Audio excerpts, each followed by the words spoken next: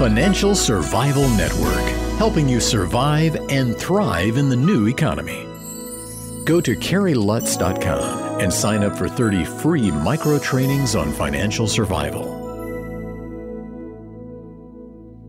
Great news. We've got a sponsor. This show is now brought to you by Miles Franklin.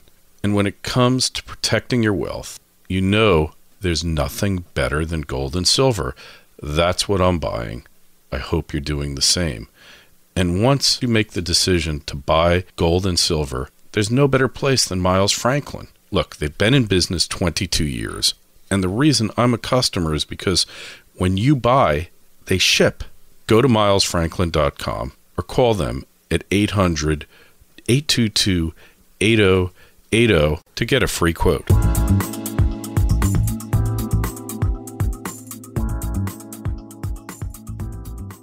$14.90 WGCH. This is Kerry Lutz. You're listening to the Financial Survival Network. I hope you're not turning into a gold Perma-Bear like so many. They're losing confidence. They're losing faith in the yellow metal as well as the shiny metal silver. But Peter Grandich is a man of faith, and he has faith in the precious metals moving ahead. Peter, welcome back to the Financial Survival Network. Thank you for having me back. Always a pleasure. Fun guest because you got some really great insights coming from your Wall Street background. So is it time to be a precious metals contrarian? Well, I've been at this and around this for almost 30 years, and in the last 10 years got on board the gold market when it was slightly above 300 and not looked back. And I would say in that period, I can't recall more negativism or loss of bullishness and / enthusiasm as I've seen in the last couple of weeks here in the gold market. We saw something like this at the end of 2011, but not as much cow throwing in that I'm seeing. And where I'm seeing it is in what normally would be ardent bulls. And what I find interesting about that is we still are almost $100 higher in gold and 20% higher in silver than we were at those same type of periods in the latter part of 2011. So from a contrarian standpoint, I really feel good about that because in my opinion, I don't believe any of the fundamentals that got us to where we are have changed. I do think, and I don't like to put asterisks, I've never one that uses words like if, but, perhaps, or maybe. But there it is. We Qualifier. may need a washout to really put in a major bottom. I think there's only a 1 in 3 chance in that. I still think we're just going to a correction consolidation that this market tends to do after it's made a big move, which it did last year. So I think the surprises will continue to be to the upside. Probably we're going to go into a very quiet period next week. It is, for Christians around the world, the holiest week, and many people come Wednesday, pack it in for at least 5 days worth of trading till you get past Easter Monday. And that could be when the washout comes because the market's weakened enough for anybody who believes in manipulation to be used. But all in all, I think as the leaves return to the trees and we put on our shorts again, not just in March, but in May, June, and July on the East Coast, I think we'll have a better gold and silver market. Yeah, so we've got these religious holidays coming up, and if there's a manipulation plan afoot, that's a perfect time to strike, isn't it? Yeah, and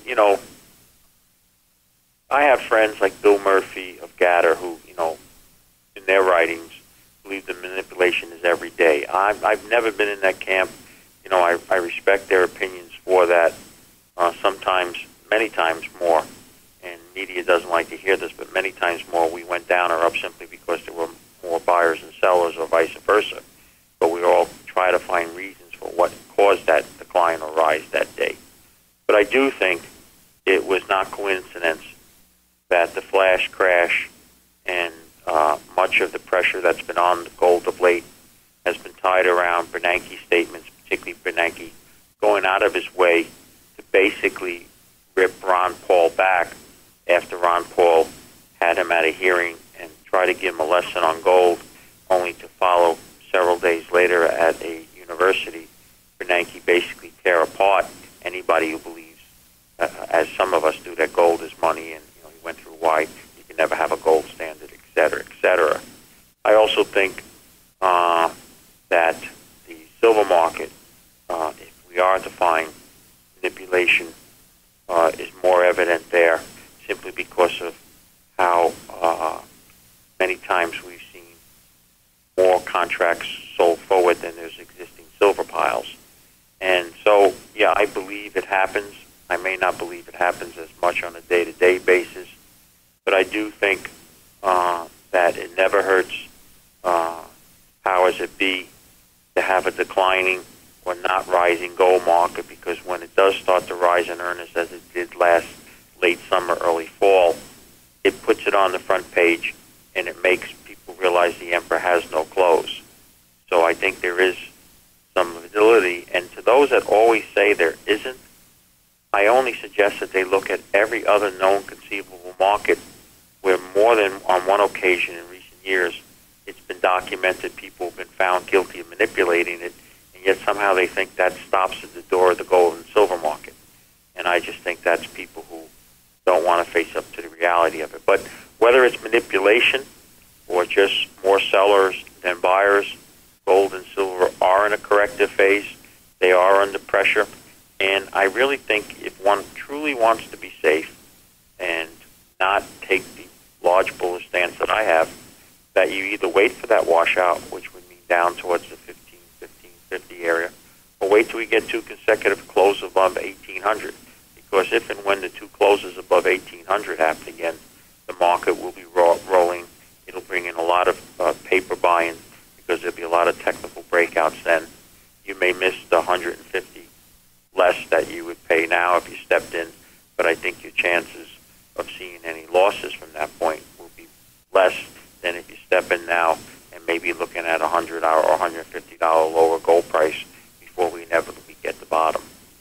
And you don't have to spend all your money at once. You could allocate it over a period of time, over the next few weeks, because I think you really astute observation that come next week, in the midst of the holidays, with lighter trading, they don't have to do as much. They don't have to write as many contracts or put in, like several weeks ago on Leap Day on February 29th, where hundreds of millions of ounces of unbacked metal, all of a sudden the contracts appeared within 5 minutes, and all they could do was knock silver down a couple of bucks. That's the other thing.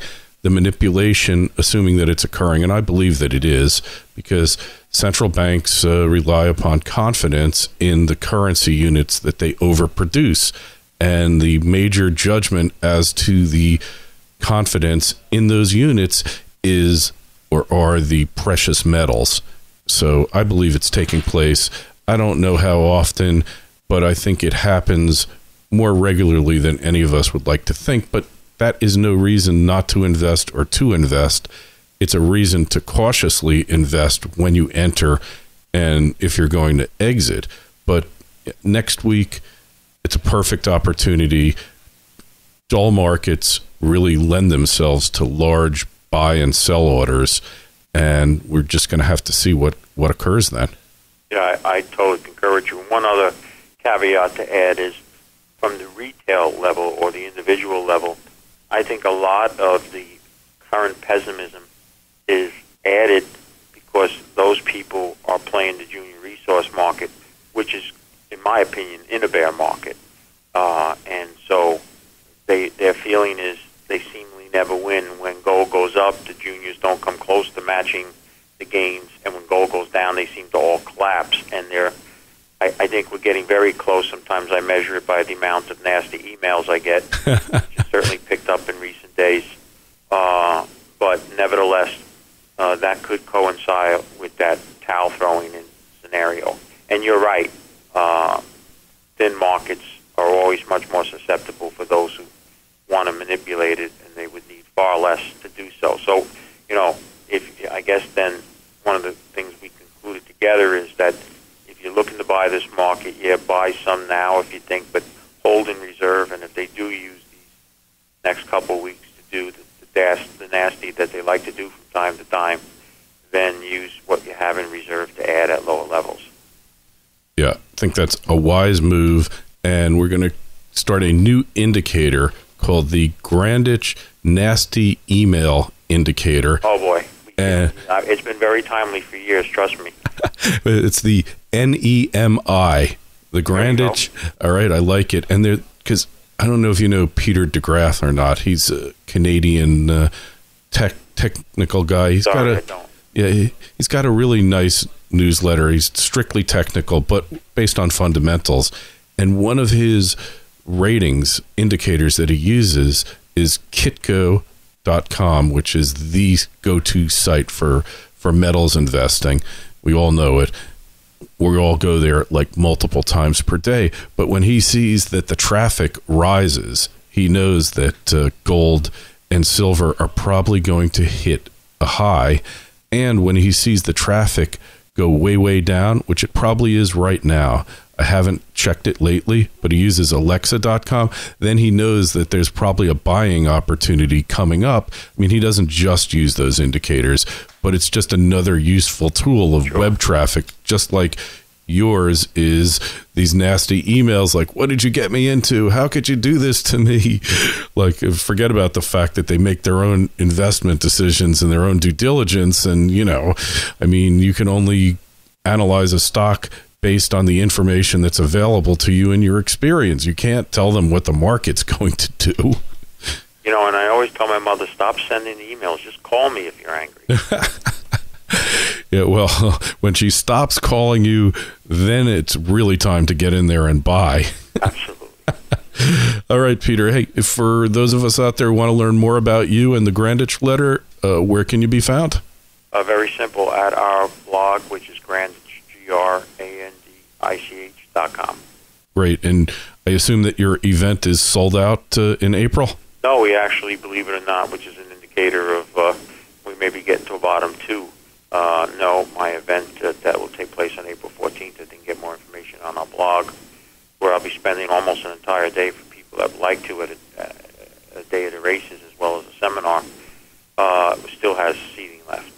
All right. Well, I will definitely be there. I encourage you, if you really want to invest in the junior mining stocks, and now they're at such a low, they're such a discount to the metal in the ground that it's staggering. Make it over to Peter's. It's in New Jersey, so really East Coast people. And we'll see you then, Peter. Thank you very much. All right. You be well. Prosperous day ahead.